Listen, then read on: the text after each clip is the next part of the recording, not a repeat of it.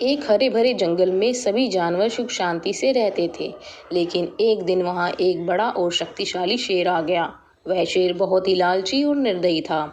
उसने सभी जानवरों से कहा कि हर दिन उसे खाने के लिए एक जानवर भेजा जाए, नहीं तो वह सभी को मार डालेगा। जानवरों ने डर के मारे उसकी बात मान ली और हर दिन एक जानवर को शेर के पास भेजने लगे। एक दिन खरगोश की बारी आई, लेकिन वह खरगोश बहुत ही चालाक था। उसने सोचा कि आज मेरी बारी है, मुझे कुछ करना होगा। खरगोश ने एक योजना बनाई और धीरे धीरे शेर की गुफा की ओर चल पड़ा। रास्ते में उसने एक गड्ढा देखा, उसमें पानी भरा हुआ था।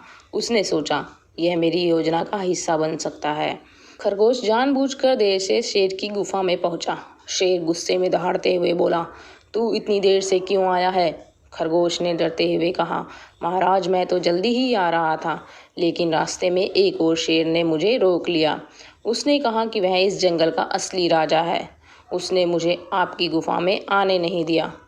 शेर को बहुत गुस्सा आया और वह बोला, मुझे उस शेर को दिखाओ, मैं उसे सबक सिखाऊंगा। खरगोश शेर को उस गड्ढे के पास ले गया जिसमें पानी भरा हुआ था।